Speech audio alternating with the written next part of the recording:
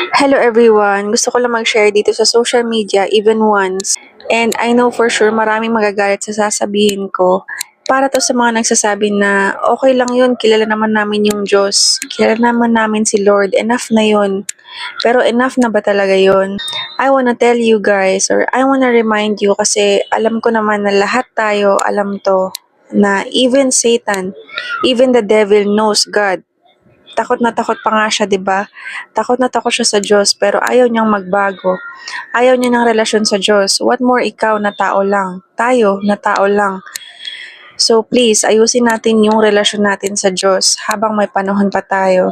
Sabi nga nung isang preacher, I think, sa Facebook na napanood ko rin, na hindi na ito yung panahon para maging emosyonal tayo. Hindi na ito yung panahon para maging maligamgam. Panahon na to para gumising tayong lahat. We have to seek God now.